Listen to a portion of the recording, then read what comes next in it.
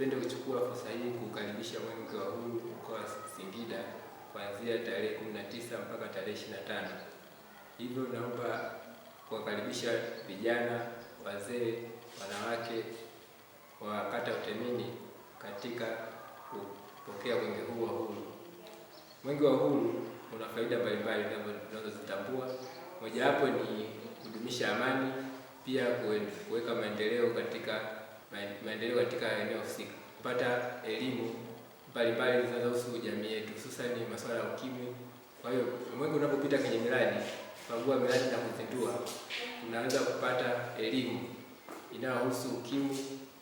Pia tunaweza kupata miradi mbalimbali ambayo inazinduliwa na mwenge huo. Kwa mfano, kwenye mkoa wetu wa Singida tunaweza kuzinduliwa shule mbalimbali ambazo zinaleta faida kwetu kama jamii. Mwenge wa Uhuru mwaka 2026 tunaoongoza na kauli mbiu isemayo Tanzania ni yetu sote, tushikamane kwa pamoja kuleta maendeleo.